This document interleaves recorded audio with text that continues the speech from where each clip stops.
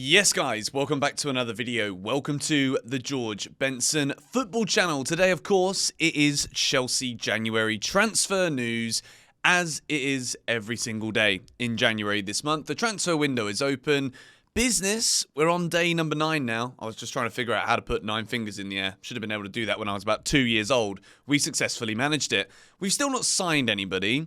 There is still not any exits that are fully confirmed. Goodbye, pack your bags. Is a picture of you on an aeroplane. But we're getting close to it now because the here we go for Ian Maatsen to Borussia Dortmund is here. I'm also going to talk a little bit about Fabrizio Romano kind of squashing any of the belief potentially that Artem Dovbyk could have been joining Chelsea in this January transfer window. We're also going to talk about another defender that Chelsea have been scouting 7 times apparently. It's not one of those where you stumble across him by accident.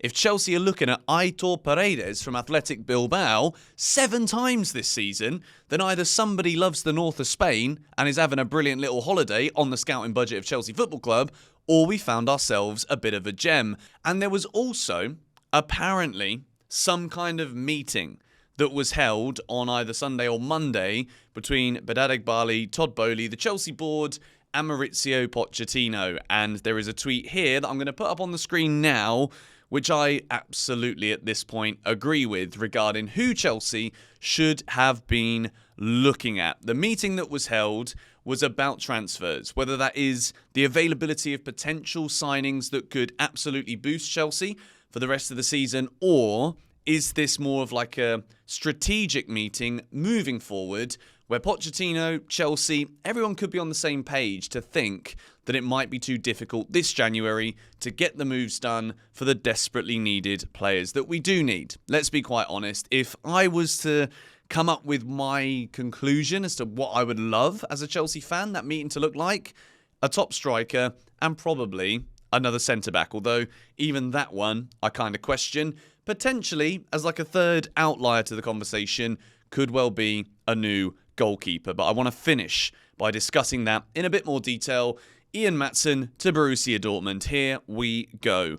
Verbal agreement in place between BVB and Chelsea on a loan deal with salary covered. More, understand Maatsen will travel on Tuesday. That's today. Then medical booked on Wednesday. So Maatsen will not be featuring tonight for Chelsea against Borough. Maatsen accepted BVB days ago.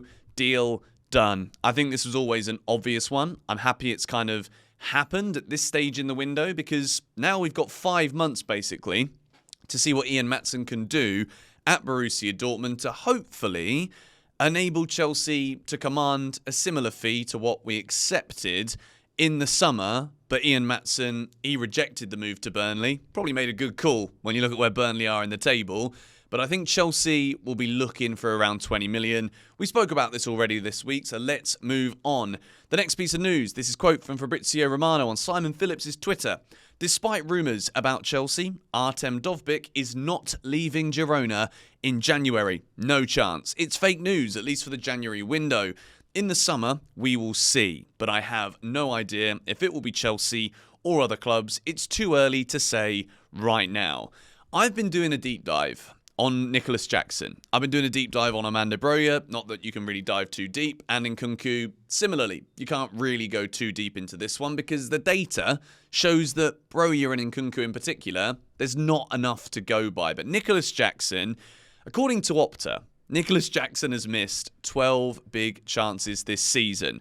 Let's just say that in a slightly better world, he converts half of those. Big chances are basically chances that you'd expect a striker to bury. That also doesn't take into consideration the quality of goalkeeping in the Premier League. You've got some of the world's best that Nicholas Jackson will be facing. But he's got 7 goals. Let's say he scores half of those big chances missed. That gives him 13 Premier League goals. Unfortunately for Chelsea, what ifs and hearsay about what could have been is not going to help you when you're 10th in the Premier League table. So the fact that Chelsea are not necessarily fully convinced by Nicholas Jackson, I don't think it is all on Nicholas Jackson. I think signing another striker isn't about saying Chelsea got the Nicholas Jackson business wrong. I think as much as we have covered here on this channel, in my opinion, that Chelsea going for too many youngsters has kind of been the problem. I think overall it is the problem. You've got to buy a mixture of proven goal scoring ability experience, and then you start to infiltrate youngsters into that to build a squad for the future. You can't just have a bunch of we've just been teenagers and expect them to go and win the Premier League. So with Jackson, whoever Chelsea do bring in, whether it is Dovbyk, whether it is Ivan Toney, whether it's Victor Osimhen, it does not say to Jackson, look, you're not good enough, you're not a Chelsea player. It just alleviates the pressure. It means that there is someone there to allow Jackson to be 22 years old, to be an imperfect striker, to maybe focus on being a bit more of a winger. Jackson looks really good over on that left wing. Just going to put that out there. So, they also won yesterday. I say they. Senegal won their first match. I think it was their first match of AFCON. They won 1-0 with a 99th minute goal. Wasn't Jackson who scored it, but he was getting clipped up, nutmegging people on the left-hand side, cutting into the box. So, watch this space. But when it comes to Dovbyk, he's not going to be leaving Girona in January, and that makes a lot of sense. He might win the bloody league and create history in Spain. We move to discuss here Athletic Bilbao defender Aitor Paredes. Chelsea are looking to bring in Bilbao defender Paredes in a bid to strengthen, doesn't say that, to strengthen their backline this month after scouting the 23-year-old 7 times this season. Now, we've got a player profile here for Aitor Paredes. I'm not going to lie. It's been jarring enough and it's been taxing enough on my eyes, my brain, my ears, everything to just watch Chelsea this season. So I've not been keeping tabs on Mr. Paredes here, the 23-year-old centre-back, 1.85 m, averages 0.8 interceptions per game, 0.3 tackles with 3 clearances per game. When you look at these base-level defensive stats here, doesn't really tell you a lot. 23 years old. I think Chelsea don't really want to bring in a centre-back who can be one of many good centre-backs. When I think Disasi, I think good. When I look at Badiashile, I think good could be very good. Levi Colwill could be very good, but then again, he's a left-back right now. Thiago Silva, very good, but 39. You know, the list goes on. Wesley Fofana, very young, could be very good, but always injured. So the fact that Chelsea are still being linked with this centre-back, that centre-back, it's not a surprise. And I think with Aitor Paredes, I don't know enough about him. If you do know something about him, please let us all know in the comments down below, and I will pin your comment at the top so that we can find out a bit more information. But I would say, at this point for Chelsea, there are so many what-ifs when it comes to the centre-back position. So when it comes to the ideal and the correct recruitment, I think it's actually really difficult for the club. And I do feel as though it's in a world where centre-backs, the top quality ones, are few and far between. I don't know what the best strategy is here for Chelsea. Is it going to be to bring in Antonio Silva from Benfica? But 87 million quid is what Benfica want for him, pulling your pants down and spanking us again. Paredes, not sure entirely on the value, but I don't know enough about the defender to say. But once again, I do think when it comes back to that meeting that we're going to round up this video with today, I think the centre-back position would be a secondary priority for now. But I also think, having discussed yesterday about the striker, there's definitely a world where Chelsea don't maybe need to buy a striker now. Is it going to work? Like, are you going to spend the money now to bring someone in now? We know with Osimhen, it's for the summer. Ivan Toney is apparently saying that he wants to repay the faith that Brentford's shown in him to stand by him during this ban.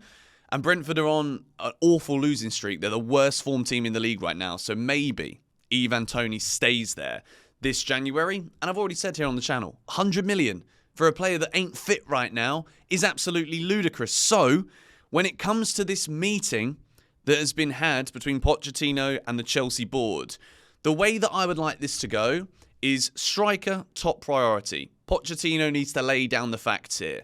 Jackson's missed 12 big chances. 12 more goals in a Chelsea shirt this season could see us in European football. That being said, centre-back, secondary priority. Goalkeeper, looking forwards, should be the third priority. Top goalkeepers won't be leaving in January to different clubs. The ones that you would potentially look at, your Diogo Costa from Porto, your Mike Maignan from AC Milan, these kind of keepers. They've got European football to worry about. They're not going to come and try and drag Chelsea out of the mid-table mire in the Premier League right now. So, within this meeting, I fully expect for the rest of this January transfer window, I do think it's going to be quiet for Chelsea. I think realistically, the names of the players that we'd all want to see join the club this January are not going to join in January. It's either too expensive or for various other reasons, the player will have to wait and join in the summer. So I think right now we need to entertain in our minds, and I want to know your thoughts about this in the comments down below. I uploaded a YouTube short today, which was my updated Premier League predictions for the 23-24 season. Check out the short. I'll leave it as a card on the screen, or it's also on Instagram or TikTok. Links to those in the description too. But I will say this. In a world where Chelsea don't manage to sign anybody in this January transfer window, I still think this season can finish really strong. We're on a 3-match winning streak right now. Could be 4 if we go to Middlesbrough and win the first leg of the Carabao Cup semi tonight. With that being said, players are coming back from injury. Yes, there's a load of injury prone, if I get my words out, players in the squad right now. But I do think, as much as certain journalists on ESPN might be telling us that we're not making any progress, I see no improvements. We're not dazzling. We're not excellent. We're not brilliant. But we're starting to get the job done. And that is going to start to click things organically, because the more football matches you win, the more confident you are. And then all of a sudden, the more things start to go your own way. So is there a world here in January where it's not actually a bad thing if Chelsea don't bring in direct reinforcements to make the team better right now? Is this meeting that was had between Pochettino, Bali, Boli, one of those where it's like a big vote of confidence in the manager?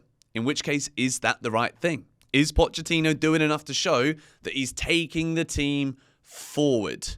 For me, it's too early to say yes, but I will say there are improvements.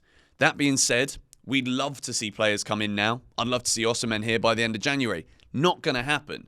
So is it better for Chelsea to save the money during this January transfer window, let it roll forwards a little bit, and see what we can do to give Pochettino early signings in the summer?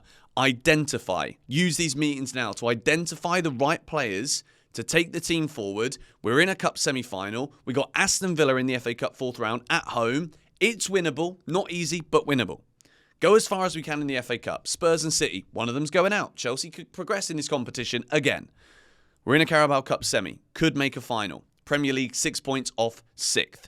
I want this video to be the video where we kind of look forward a little bit, but I'm going to say now, I do believe there is a world where Pochettino can get better out of these Chelsea players between now and the end of the season without signing anyone. It's not ideal, but I think at this point it's realistic. And I bring it back to the one signing that we talked about yesterday, and everyone's done their videos on it since.